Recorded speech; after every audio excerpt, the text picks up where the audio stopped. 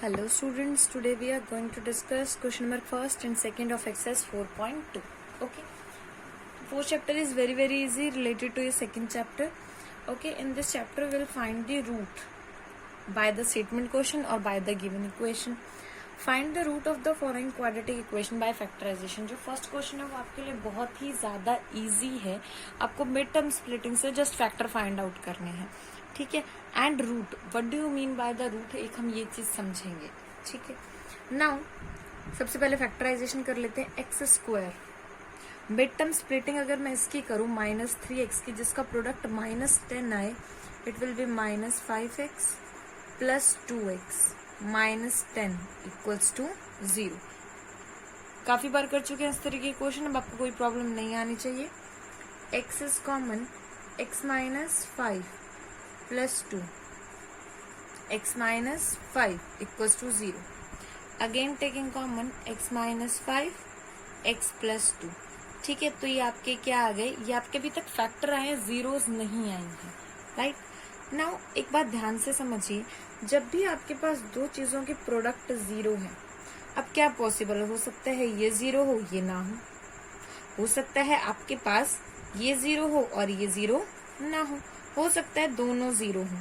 But is that possible कि आपके पास जो ए है वो भी जीरो ना हो और जो बी है वो भी जीरो ना हो. चलिए लेके देख लेते हैं. 2 और 3 ले लिया मैंने तो 6 आ रहा है. बट अगर 2 की जगह 0 होता तो ये भी क्या बन जाता, 0. अब अगर ये 2 रहता, ये 0 हो जाता तो 0, दोनों 0 होते तो 0. बट 2 × 3 तो आपका 6 आ रहा था ना. ठीक है बच्चे. तो इसका मीनिंग क्या है, आपका जो a dot B is equals to 0 है, it means either this one 0 और बोथ 0. अब हमें ये तो नहीं पता कि इनमें से कौन सा 0 होगा. ठीक है. तो हम दोनों केसेस को कंसीडर करेंगे. दिस इम्प्लाइज होता है कि यहाँ से हमें जो कंडीशन मिल रही है x -5 is equals to 0, it means x is equals to 5. और x प्लस 2 हो सकता है ये 0 हो, equals to 0, then x is equals to -2. Right. तो आप यहाँ पे लिखेंगे रूट ऑफ द इक्वेशन क्या है, -2 and 5. अब now what do you mean by the root. वैसे हम सेकंड चैप्टर में एक बार कर चुके हैं. ठीक है. क्या कि या तो आप रूट की बात कर लीजिए या फिर आप 0 की बात कर लीजिए. बात आपके पास है कि हाउ, मतलब क्या होता है. 0 का मतलब तो आपको सीधे सीधे समझ आ रहा था. आपको x और की वो वैल्यू फाइंड आउट करनी थी जिनको पुट करने के बाद पूरी इक्वेशन 0 हो जाए. ठीक है. 0 और रूट्स आपके पास एक ही बात है. आपको इस इक्वेशन के रूट, यानी रूट का मीनिंग वैसे हमारे पास जनरली देखा जाए तो क्या होता है, जड़. ठीक है. इसका मीनिंग बेसिक टर्म, जहां से आपकी शुरुआत हो रही है. ठीक है. तो these are the basic numbers. ठीक है. इक्वेशन को 0 रखना हमारा मेन मोटिव है और इस मेन मोटिव को सेटिस्फाई करने के लिए हम रूट निकालते हैं. देखिए पॉलिनोमियल इक्वेशन कब बनती है, जब इक्वल टू 0 हो जाए. अब इक्वल टू 0 करने के लिए मुझे x को पुट करना पड़ेगा और वो भी ऐसे पॉइंट्स पुट करने पड़ेंगे, ऐसे रूट्स पुट करने पड़ेंगे जिससे मेरा मोटिव कंप्लीट हो जाए. That is why we called it as a root. ठीक है. होप से आपको क्लियर होगा. बस फैक्टराइजेशन करके 1 बाय 1 दोनों को आपने क्या रखना है, 0. अगर किसी कांस्टेंट टर्म को आप 0 रख रहे हैं, दैट इज नॉट पॉसिबल. मान लीजिए यहाँ से 5 कॉमन आ रहा होता तो आप 5 को 0 नहीं रखेंगे, बिकॉज 5 अपने आप में 5 है. That is not equals to 0. Let us talk about your second question. Second question का आपके पास फर्स्ट पार्ट है ये. ठीक है. तो फर्स्ट पार्ट में देख लेते हैं आपको क्या गिवन है. That is John and it's, मेरे ख्याल से ये जीवंती नाम है, टुगेदर हैव 45 मार्बल्स. ठीक है. Name doesn't matter for us, हमारे लिए इक्वेशन मैटर करती है. Both of them lost 5 marble, दोनों ने 5 लॉस्ट कर दिए. लॉस्ट करने के बाद जो प्रोडक्ट है, now they have 124. Find how many marbles they had to start with. अब देखिए आपके पास दो चॉइसेस है, या तो एक ही वेरिएबल में लेके चलिए या फिर अपने पिछले चैप्टर से इसको कनेक्ट कीजिए. अगर मैं इसे पिछले चैप्टर से कनेक्ट करती हूँ तो इसका मीनिंग मुझे सेकंड वेरिएबल यूज करना पड़ेगा. ठीक है. तो जरा देखते हैं कि किस तरीके से हो सकता है solution. John, let John having x marbles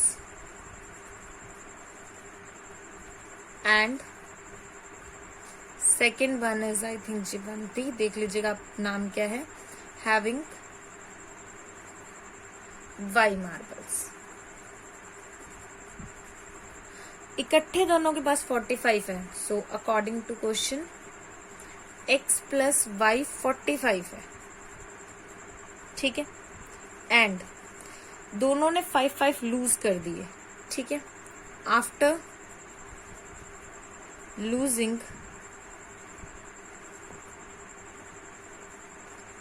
the 5 marbles, they are left with x minus 5 and y minus 5, ठीक है। बिकॉज 5 आपके यहाँ से कम हो गए, 5 यहाँ से कम हो गए। एक आप और भी ये चीज कर सकते हैं कि अगर दो चीजों का टोटल आपके पास 45 है, तो एक अगर x है तो दूसरी क्या होगी 45 माइनस x, वहां से भी आप डायरेक्टली इसे कर सकते हैं। Then they have x minus 5 and y minus 5। Now according to question, और we can say second condition, आपको दिया गया है प्रोडक्ट इज 124। अब आपको इसे सॉल्व करना है, क्वाड्रेटिक इक्वेशन बनाना है, लेकिन सिंगल वेरिएबल में होनी चाहिए। तो y की वैल्यू हम यहाँ से पुट कर देते हैं।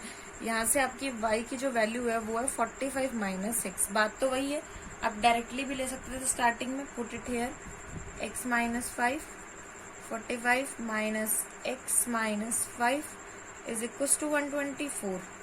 ये हो जाएगा x minus 5 and this one is 40 minus x is equal to 124। अब इसे मल्टीप्लाई कर दीजिए, ये हो जाएगा 40x minus X square minus 200 plus 5x is equal to 124।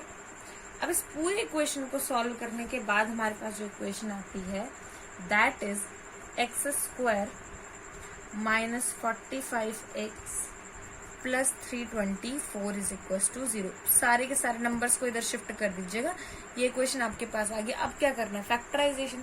Factors आपको करने आते हैं। 324 के फैक्टर करना है, 45 आना चाहिए। मैं आपको बता देती हूँ, इसके फैक्टर आएंगे आपके 36 एंड 9, ठीक है। तो ये आपको कैलकुलेट करके देखने, मैं यहाँ पे सीधा लिख रही हूँ, that is X square minus 36 X minus 9x plus 324 is equal to 0, okay.